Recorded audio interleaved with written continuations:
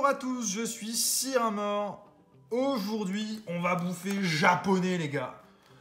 J'ai deux displays de Matchless Fighters.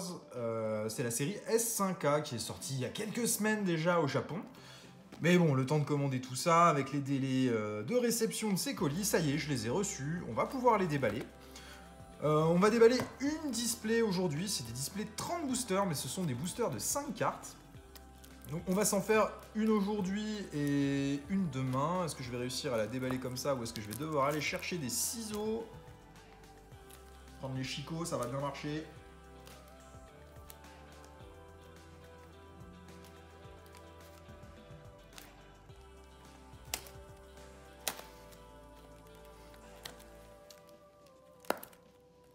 Donc les displays japonaises sont assez faciles à trouver. Hein. Sur internet, vous trouverez des sites pour pouvoir vous les procurer. Ça coûte pas très cher. Avec les frais de port, je crois qu'on était autour de 60 € par display. Et donc à l'intérieur de chacune, on va trouver et voilà, des boosters comme ceci. Donc ce sont bien des boosters de 5 cartes à l'intérieur des displays japonaises, à la différence des displays françaises. Hein. Ce qui veut dire qu'il n'y a pas nécessairement une rare dans chaque display. Tadam! Comme c'est joli. Donc pourquoi on va ouvrir la display en entier et pas faire des séquences de plusieurs vidéos pour les ouvrir? Parce que normalement sur une display on trouve qu'une seule carte secrète. Alors que sur les displays françaises on peut en avoir plus que ça. Et je crois que je vais quand même avoir besoin des ciseaux, c'est un enfer à ouvrir, non ça va. Alors déjà, pour ceux qui ne connaissent pas du tout le japonais, le dos des cartes est différent sur les cartes japonaises par rapport aux cartes françaises. Ce n'est pas le même. Alors je crois que le tri, c'est la carte de derrière à mettre devant. Et on va vérifier ça tout de suite. Alors nous avons une peu commune. Ça doit être pas l'artichaut de Galar. Donc la série S5K n'est pas encore sortie en France. Elle va sortir sous EB6 où vous allez pouvoir retrouver toutes ces cartes. Je ne vais pas vous donner le nom de tous les Pokémon déjà parce que je ne suis pas sûr de tous les connaître. Alors celui-là c'est Cadoiseau, pas de souci, je connais. Mais il y en a que je ne connaîtrai pas. Ou je pourrais me tromper. Donc pour éviter de dire des bêtises, je ne vais pas le faire. Et on termine sur une peu commune ce booster. Donc voilà, un booster sans rare, c'est normal. On n'a pas une rare systématiquement, mais par contre on est sûr d'avoir au moins une secrète dans le display, sachant que les full art alternatives font partie des secrètes sur le set japonais.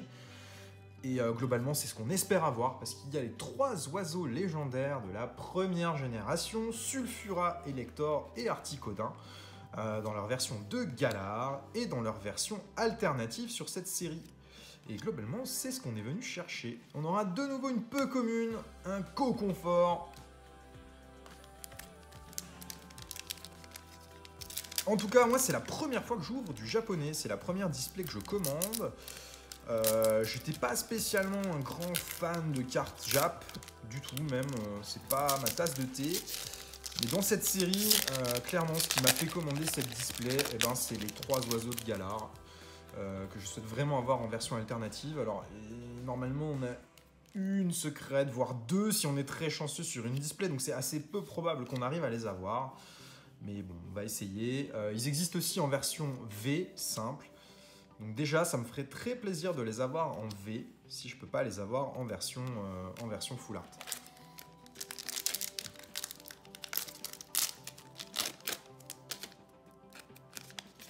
Alors 30 boosters, mais ça va vite, hein, comme il n'y a que 5 cartes. Je vais d'ailleurs un peu accélérer sur les communes et les peu communes si je veux pas que la vidéo dure trop longtemps. Ah, Wushours! Ah, wow! Une VMAX 24 sur 70, donc c'est pas la secrète de la boîte, et on a un dragon!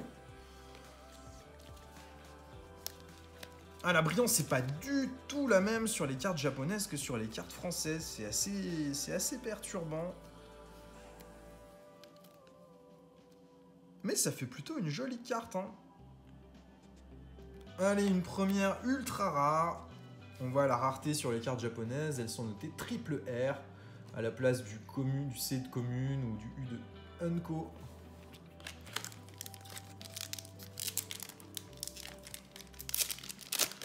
Et sur une display, on peut avoir, je crois, 6 ou 7 ultra rares sur les 30 boosters, ce qui est pas mal. Mais globalement, on devrait avoir une seule carte secrète. Une peu commune, Spirit Tomb.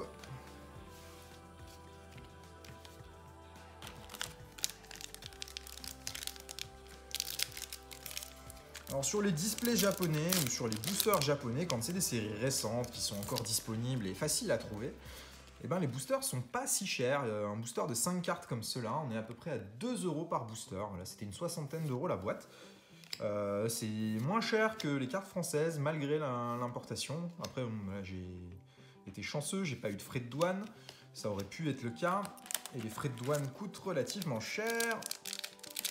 Donc il faut le prendre en compte quand on commande au Japon. On peut se prendre des frais de douane. Excusez-moi.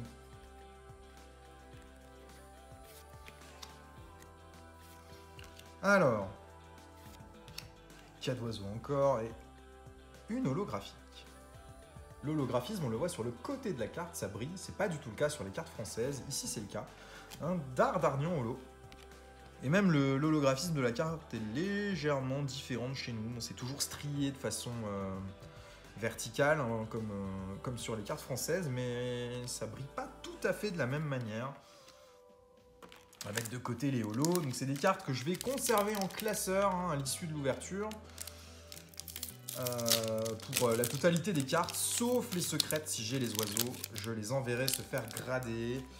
Le reste ne m'intéresse pas plus que ça sur la série, donc je ferai un classeur pour débuter la série. Je recommanderai peut-être quelques displays si la série me plaît.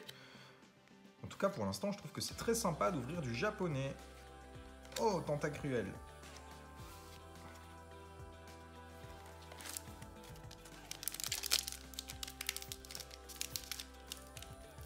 En tout cas, le japonais, ça donne l'impression que c'est compliqué d'obtenir quelque chose sur les boosters. On en a déjà ouvert quelques-uns, je viens de taper dans le pied, je suis désolé, ça a vibré chez vous. Ça donne l'impression que c'est assez difficile d'obtenir quelque chose sur ces boosters, puisqu'on en a ouvert quelques-uns, et pour l'instant on a eu beaucoup de cartes communes, peu communes, mais très peu de rares et holo. Une autre holographique, c'est Boreas ou Fulguris, je sais jamais, je confonds les deux.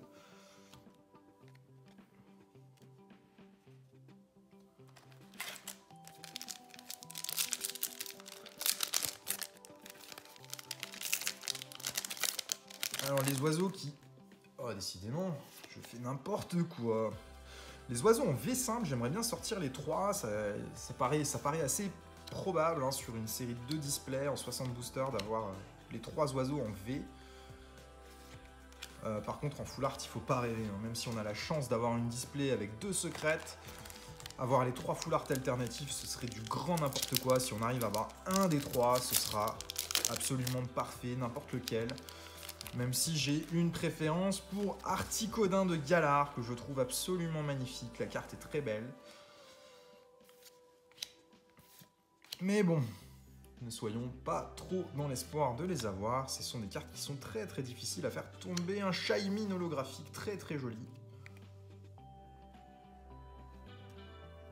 Alors, on m'a dit, et on l'entend un peu partout, que la qualité des cartes japonaises serait bien meilleure que les cartes françaises. En termes de qualité d'impression, de centrage des cartes, de points blancs, et ben écoutez, maintenant que je les ai dans les mains, au toucher, je peux vous assurer que c'est le cas. Les cartes japonaises sont de bien meilleure qualité que les cartes françaises. On a vraiment l'impression que c'est un produit différent. Elles n'ont pas du tout la même texture que les cartes françaises au toucher, même les cartes communes et peu communes. Et on a l'impression que c'est plus solide. Hein. Oh bah voilà, on a notre secrète de la display et malheureusement ça va être une rainbow a priori, enfin malheureusement non pas malheureusement du tout, c'est très bien, c'est une dresseur full art rainbow, c'est très cool, mais c'est pas ce qu'on espérait avoir sur cette display. Alors je sais qu'au Japon les dresseurs full art, que ce soit en secrète ou en rainbow ou en normal, elles sont très très très recherchées. C'est sans doute une carte qui doit avoir un petit peu de valeur pour nos amis japonais, mais moi c'est pas ce qui m'intéressait aujourd'hui, donc je pense que c'est une carte qui partira à l'échange ou à la vente. Même si l'illustration est très jolie, hein, mais c'est pas ce qu'on espère avoir sur cette série.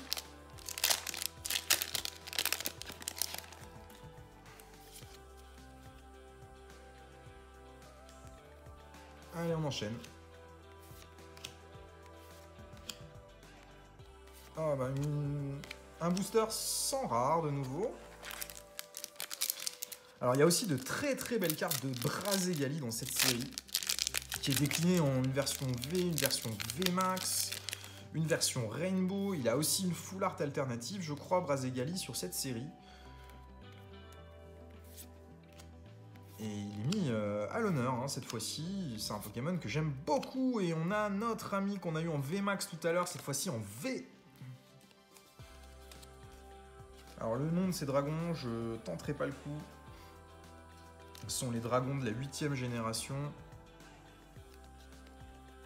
Ils sont 4 et le reconnaître par le dessin, ça va être compliqué. Ce qui est sûr, c'est que c'est deux fois le même que nous avons eu, une fois en V et une fois en VMAX.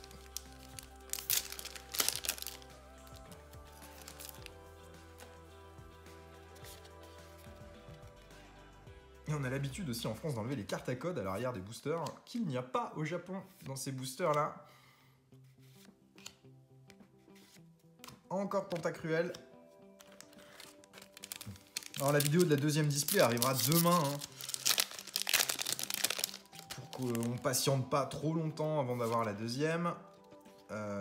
Globalement, on espère avoir cette fois-ci un oiseau légendaire, à moins qu'on ait 2 secrètes dans la display. C'est arrivé à plusieurs personnes, donc on est en droit d'y croire. Une ultra rare. Nous avons, bah voilà, le fameux Brazegali. La carte est très très jolie de ce Brazegali.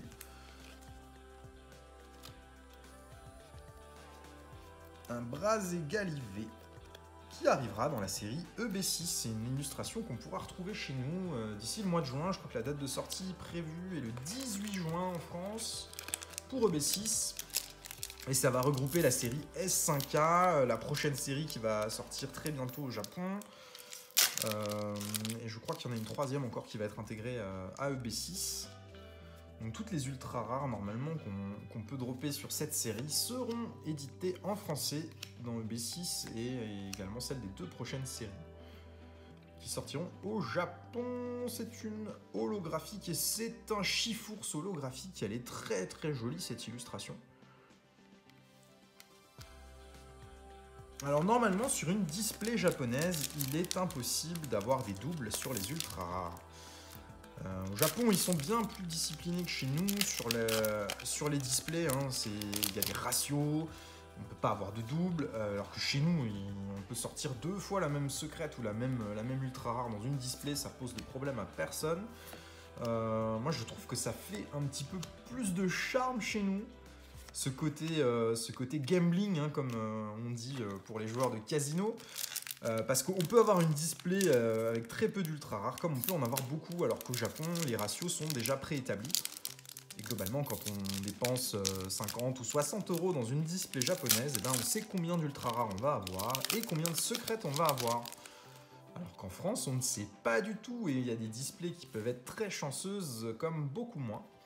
Et moi, je préfère un peu ces tirages aléatoires, que de savoir déjà à l'avance qu'on a une seule secrète. Je trouve que ça enlève un petit peu de fun dans l'ouverture. Une VMAX à nouveau et nous avons un Roi Gada de Galar VMAX. Ça c'est très très sympa, c'est aussi une très jolie carte qui a aussi sa version alternative dans la série.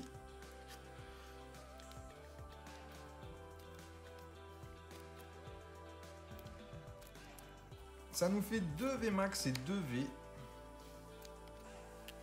Alors peut-être Hydralgon, le dragon. Brazegali et Roi Gada.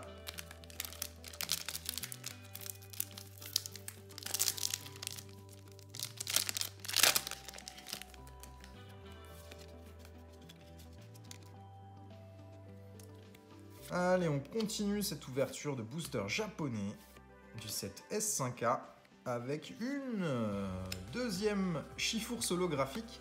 Mais cette fois, c'est la deuxième. On avait eu une première version. La version Ishigeki et maintenant la version Rengeki du Chifours. Mais ne parlant absolument pas japonais, je vous ferai pas l'affront de vous le traduire. Comme les noms des Pokémon en japonais, je suis incapable de les lire. Et c'est sans doute pour ça que j'ai moins d'attrait pour les séries japonaises, c'est parce que je parle pas du tout japonais.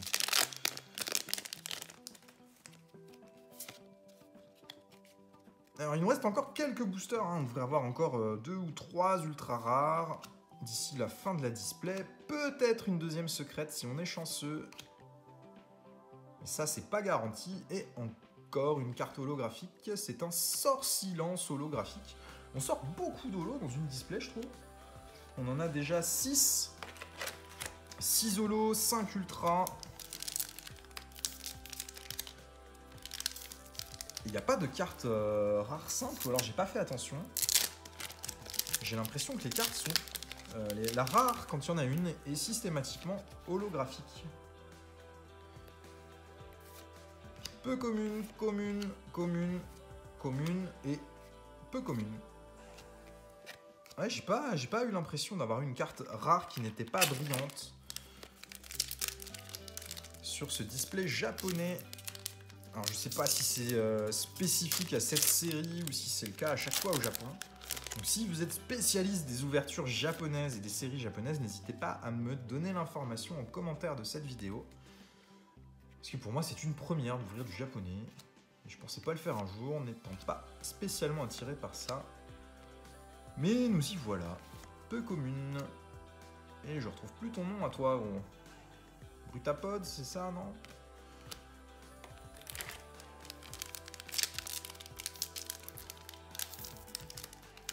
Et ils sont plus durs à ouvrir que les boosters français aussi. Je comprends pourquoi maintenant j'ai vu des gens utiliser des ciseaux pour ouvrir les boosters japonais. Le papier est bien plus rigide que nos boosters français. Allons-y. En tout cas, je trouve qu'on a de belles illustrations dans cette série S5A. Encore une holographique. Et c'est... Tout est écrit de Galar, c'est ça?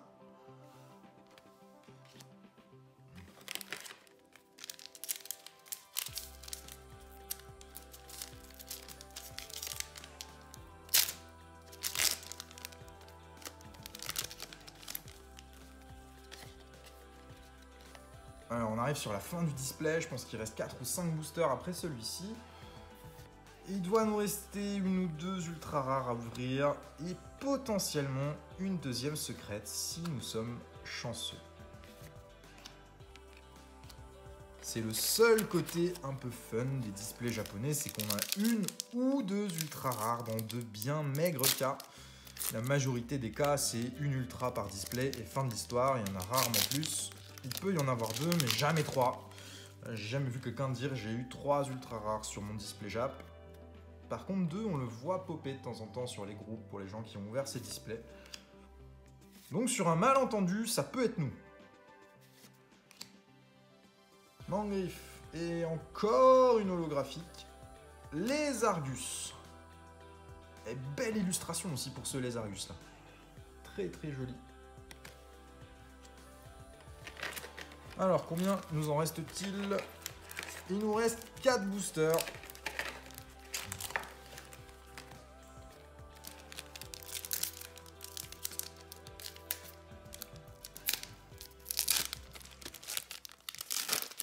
Bon, ça va plus vite que sur les vidéos destinées au culte ou destinées radio, ce qu'on a fait, parce qu'il y a moins de cartes dans les boosters. Donc là, sur 30 boosters ouverts sur la vidéo, on va avoir une vidéo d'une vingtaine de minutes. Alors que d'habitude, sur une vidéo de 30 boosters, on est plutôt à une demi-heure, voire un peu plus. Et une ultra rare, une V. Et Sulfurat de Galar V, voilà, c'est ça qu'on cherche sur cette série, c'est les oiseaux de Galar. En voilà un premier, c'est Sulfurat. Il nous manque les deux autres en V pour pouvoir obtenir le trio des oiseaux légendaires de Galar. Et si dans la prochaine display on peut avoir la même ou une autre des oiseaux en full art alternative, ce serait merveilleux. C'est vraiment les cartes que j'espère le plus obtenir sur cette série. Allez, Topiqueur. Oh là, aucune idée de son nom à lui. Et encore une ultra, la 46, on venait d'avoir la 45, donc potentiellement ça peut être un autre oiseau. Non! Roi Gada de Galar en V. Bon, c'est très bien. On a eu le V max, maintenant on a le V. L'illustration est très jolie aussi de ce Roi Gada. Et il nous reste 2 boosters. Là, je pense qu'on a fait le tour des ultra rares qu'on devait obtenir sur la série. On a eu 6 ultra rares, plus une secrète. Normalement, on est dans le ratio. Hein. Il nous en reste peut-être une, mais pas 2. Mais il n'y a rien d'anormal là-dedans. Comme je vous l'ai dit dans la vidéo, les ratios sont calculés sur les displays japonais. On a toujours le même nombre d'ultra rares et de secrètes. Ah, peut-être une ultra rare près. Il peut y avoir quelques variations, mais jamais il sera possible d'avoir une display sans aucune secrète. Et jamais il sera possible d'en avoir 4 ou 5 dans le même display. Et c'est pas vrai que sur cette série spécifiquement.